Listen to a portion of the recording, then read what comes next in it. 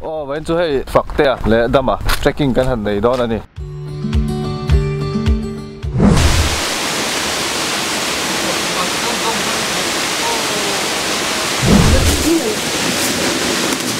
Sang phật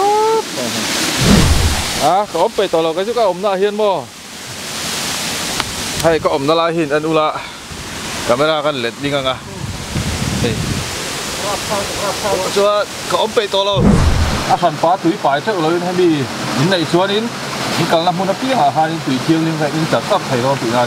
wow có sóng khóc này chặt mẹ tụi nó min trap đó hay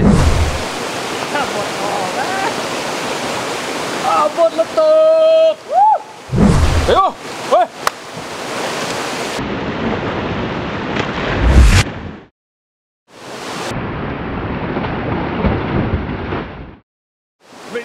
mấy lúc cả ai ăn vốn nó tụt không mấy lúc ba ồ vậy chú hay phật tè à lẽ đâm à xuống cái trekking cái hành này đó là nè hắn son vẹn thằng trăng in à hal ta này mò à cái thanh thanh xe lùi tới bộกันthanh thầm ấy thầy thìกันกัลทางลุตุกลัวกันดินหุ่นจีเรนมาเราจู่ฟิตเนสสุ่มชิมาจวนกันน่าแต่ปัญหาเฮียนไงตัวอมเมียเราอะอันฟิตแม่มามาเราจู่ที่รู้แรงที่ตีทันลำที่อมเวนี่ที่ว่าจวนกันหันตีชินพอตั้งจู่ตะกันดินหุ่นจีรจวนทุยเด็กปกันแทงไม่ไทยอันอมเวียวังวันจู่ลุงไล่ลุยดุงเวละแต่จอแต่กันจู่ไอเวลตัวนั่นนี่ไอแบกเตะเตะนักอะwater bag cái bộ bag khi các liền lỗ tốn trùm chứ túi lệ ấy tuột xả cắn tiền chi khang hồ khăn khi nào soi phía nó tới bộ cắn neng à lỗ thật tắc rất em tỉ tới bộ ha nghe cắn proof đó nè khá tiền nếu khăn khi nào cắn túi phải tê cắn nó còn soi phía ấy tuột tăng khi cắn keng tệ chiếm là odds kem cắn keng anh ấy đậu mấy hey lái cô đã chân lung phát tiền lên rồi mấy chỗ 5 star cái gì đồn chặt chắc rồi thôi lại rất cầm tạc về là cái gì đâu cần lại mai em ấy đó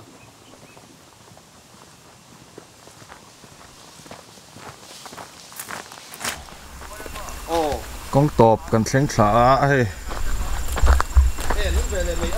thế là mấy cái chụp sáng á đồ view đó này con hiết thọ vắt tọ là mà đó thôi cái rịt thật vắt đó này chết lắm dễ rồi cái lần tầm vắt lâu này thì con hiết lâu thì càng là đồng riết mà xe tiền tắc khi này nuông sang làm bằng hiết ỏi đeo hết cả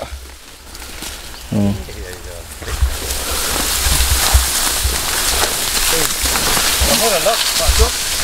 đánh lùm mốc cái lỗ khóc mấy đi đánh luôn đi anh đừng làm trật khóc mấy tiền chứ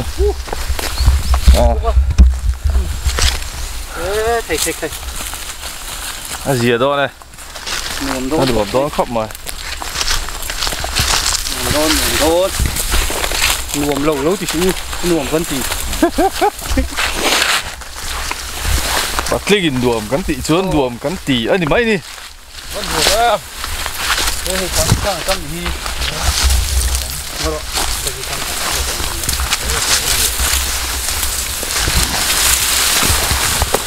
con ngáp bịch về đâu khóc mà thì không hết hẳn anh tayละcon hi bịch về đâu khóc mà có hay con sùng xá đi thì con cho ba ngái tặc mày kha nè thắng lắm có chú lùi hai lời luôn có thôi không phải cái con này sẽ cái gì cả đại là hũ phết mà hàng lại cái gì tiếng khổ nói khóc mấy nó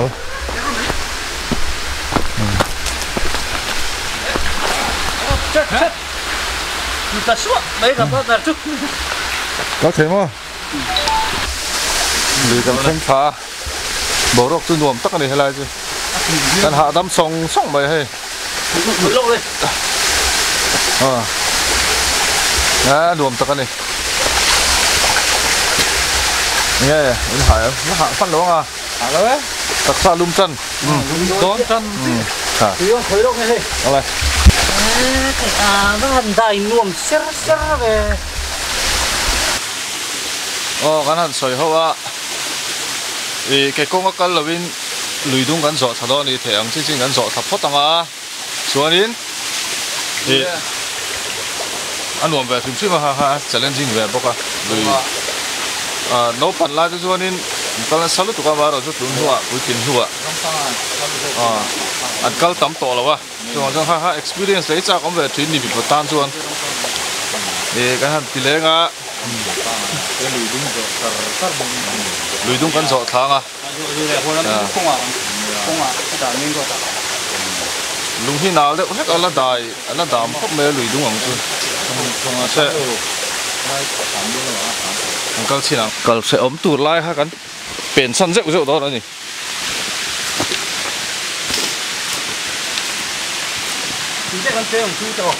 chèn đó nè chèn nào mày ốm mê anh liền ốm tẻ đấy mày vẫn thun pin rồi vẫn thun pin rồi tiếng khóc đấy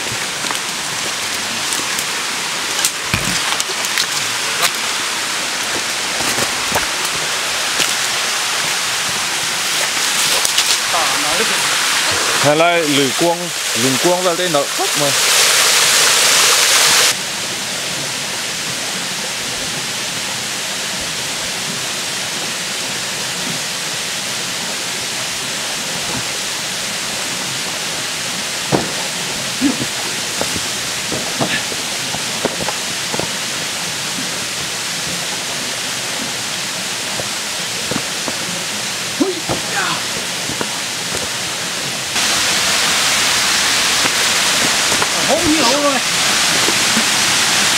thì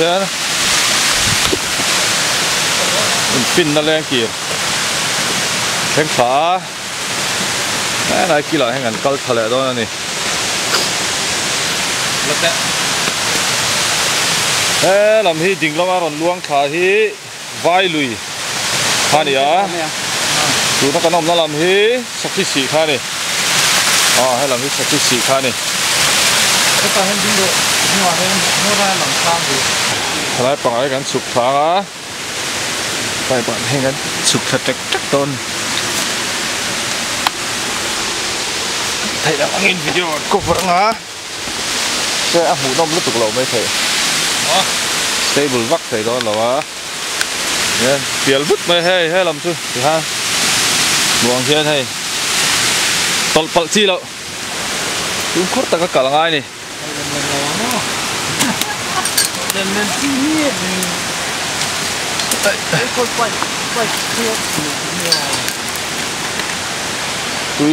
tụi tên lăng đó em có gì này thì về trật không mày sụp tiền vứt ạ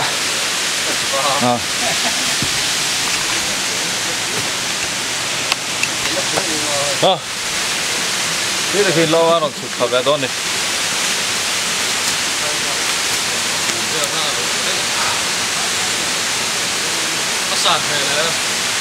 sàn để là ha thế nào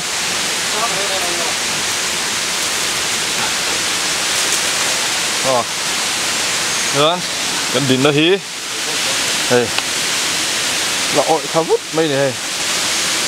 cứ lại hơn là chụp sáng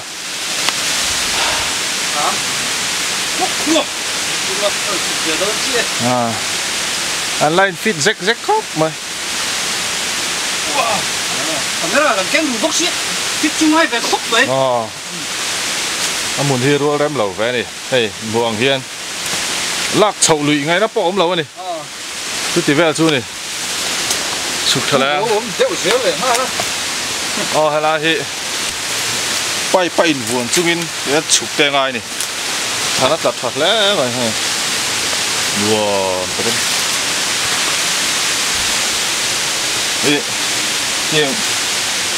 wow wall climbing thì technique không sang hiểu về hiện chúng là chọn update rồi ngắn chụp này thì pha tới cái nhìn lạc và đủ bốc xí vàng in thay vì hạ technique sáng thằng khom về với nhiều chỗ đi thay vì trong ngắn cỡ sân chú ha hệ tiền video còn shoot cái và đủ bốc xí à chú vàng cho nên safety này đây in vân nó tụt bay bộ mà và hiện in để lên cái hình buồn dễ là thì ha update rồi ngắn chụp phải dễ đó này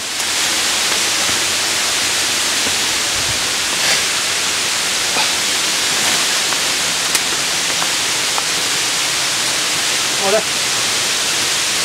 mà nó không đâu nó bên không đi bên không có nó là cái đang gì đấy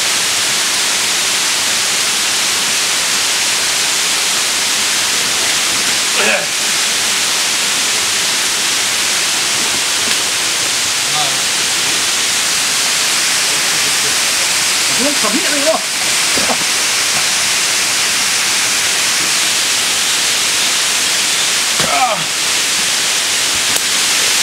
cánh pha chính lệ ta chọn hay lại thì lên kia pha thì ta thì xin là tiêu đẹp cái lên pha này khi chọn nuôi hàng ăn chụp thật to này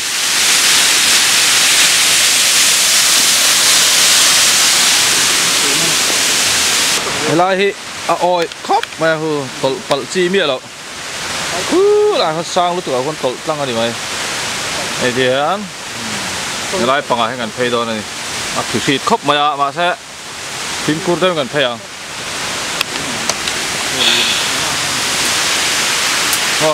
ready á ô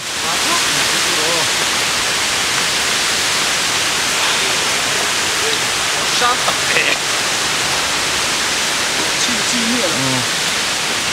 sang chắc khóc bài người thấy cái vấp đi qua rồi vấp sang thật tay tất cả này thôi sang tất cả nhiều lắm ôi bà cần lắc cái chị mày hay lại phố ôi sẽ tàn lút thở lại đó này sẽ thì hiến do cái lệ lòn cái chị tê suy đi nóng tắc khi vần tủ ống dễ là xuống ống lâu này không lai chứ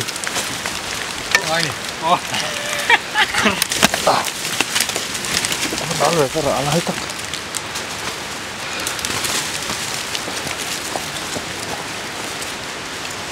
hai hiện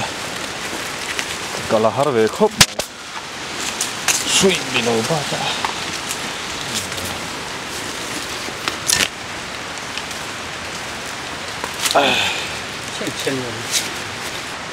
lại tụm búp bản nhiều mà mẹ tôi đang hàng khọt lóc mà tụm búp khọt hệ mình hao chế là cú nghĩ kỳ ta thế mình tiền cú kỳ tú đó nè kỳ miệng tú đó nè á cho nó còn chọt lẽ vắt giò cái này thì sẽ tú đó nè tạm ăn khó lắm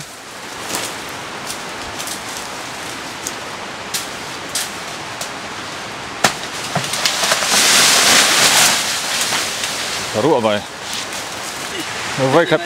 vay khát tây thôi nó mò chặt ra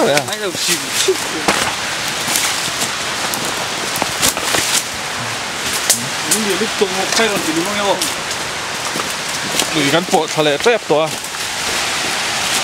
lại hẹn tiêu trép sang đất mày phải cần xe lên đi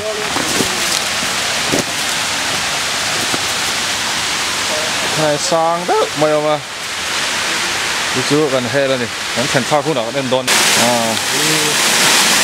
đi lại khi cần he khá nhỉ sang khắp mày anh tụi thằng mấy về chi gì lâu nè tiếng cần he thả lại cần sụp thật ta đi nuông tu nghe na phật tê nuông không yes nuông phát đi lại khi cần he lẹ ngay đó na thế mình sang về lại được không? Nên hết là mấy cần hell tôn đi. đây uống thang á phim khổ ngay về thấu mày hay là gì tháo về nách cái này đó là con về luôn lên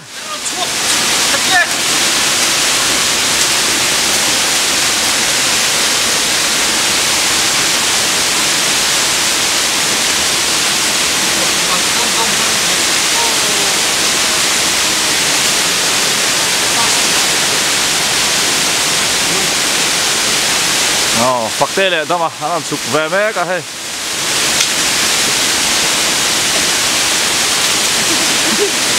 rồi chắc có không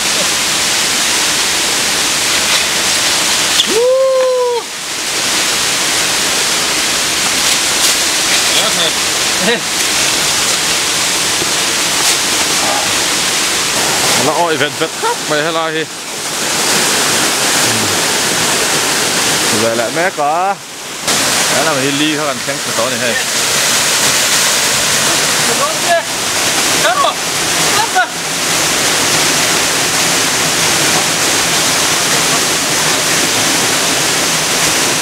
xem cái to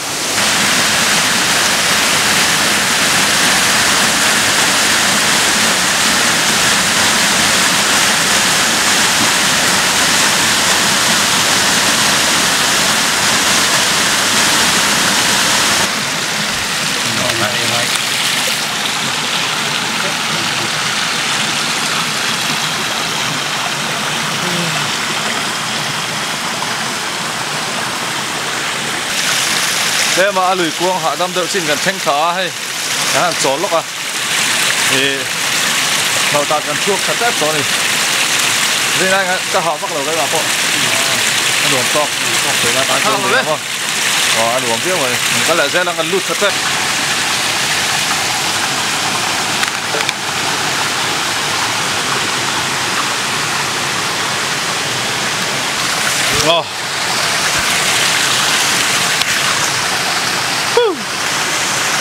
anh lại linh cái lằng à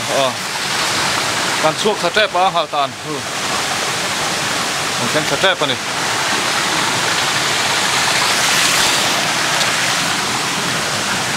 còn liệu đẹp ngay là mà hay là đây là hiến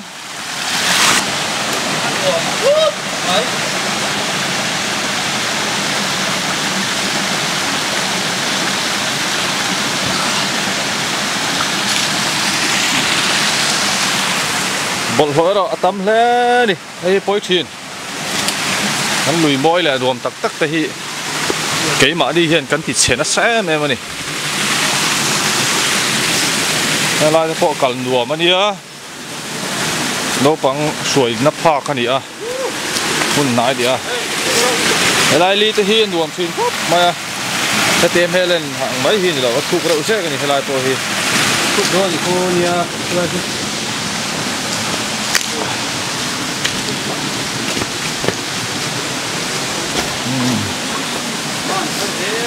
chuộc cả chân ta thì ha là hi cần ăn đùm lâu đâu lắc hay là mà hay cần he là cho nên hay là chú khu làm trong khang làm trong cần ăn thở lại đó nè hay là cần he là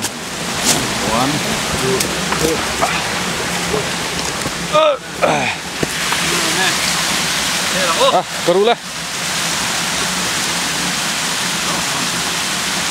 yes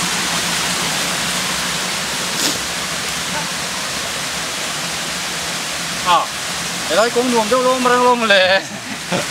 zip hay là con chúa mà kén còn là chuyện này hay là gì sợ con lui về đâu nè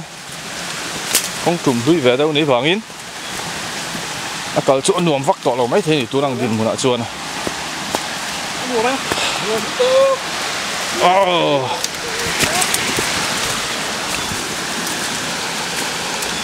lùi gần bạc thật ta ấy lỗ ống lại cả tuổi mày con đùa mẹ lại thế chỉ là cái lũ khác của râm chia đầu lại hai này thu về đó đi đừng xây về đây thì này lại muốn đi đùa khóc mày đi po sắp sẽ ép té em sẽ ép thấp mày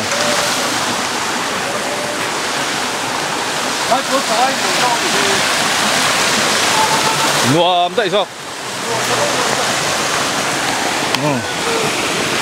lại muốn đi nấu bằng té cái gì là trong bao ăn cẩn là sẵn năm muốn gì à muốn ăn nuông khóc mày à vì thế cái chèn đó là gì cái chèn thìn là li thu ăn thu thầy khóc mày à tú là hiện đi ăn thu kém cả thôi rồi cái chèn là cái tệ về là cái chơi là thu nghe cái là ăn về rồi này chuan so với cái đây á cái họ chầu lại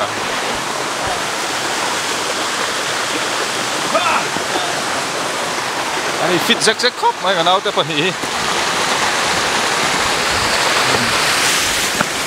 thế là hi cái chèn thìn là Berlin nhỉ thuộc thầy vàng vàng khóc mày ali hi giao lo mà rồi xuống đùa mà đi đây ngay vô đó hiện cái tổ thật phí nè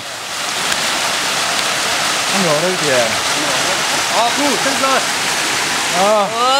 wow bún hòm phát anh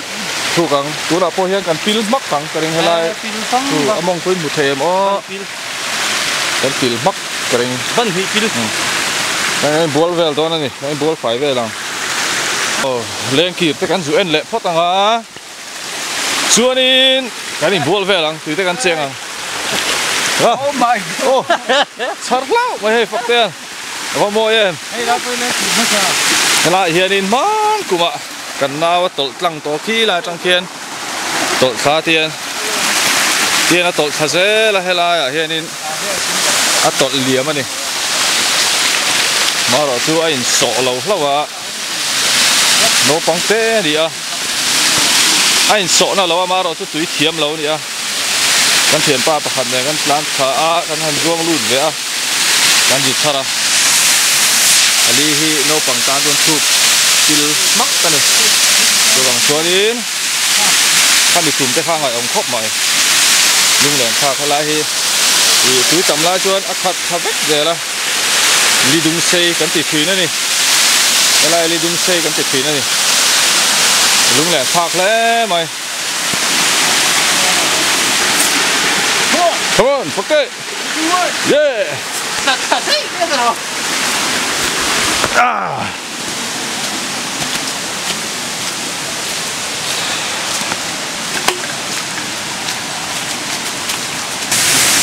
này lên kì hít sang trở về khóc mày hay thế nó ngọ wow lại xuống rồi này wow bên này wow sang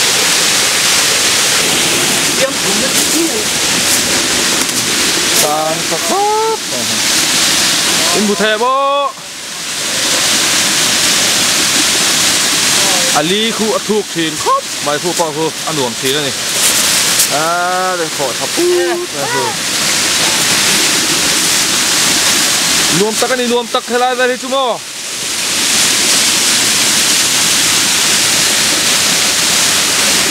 chụp khắc thế à chụp khắc này bằng ạ son số là mà son chụp khắc thế à chụp khắc rồi hard đấy là cái thế đi bạn câu chụp khắc thôi nè mai gì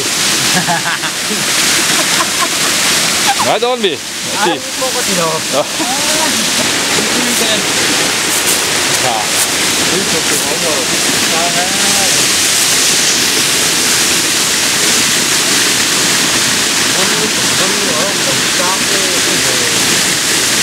sang sắp thì khang à khuôn lâu mà cao rồi chú sai không gì sao sắp bắt rồi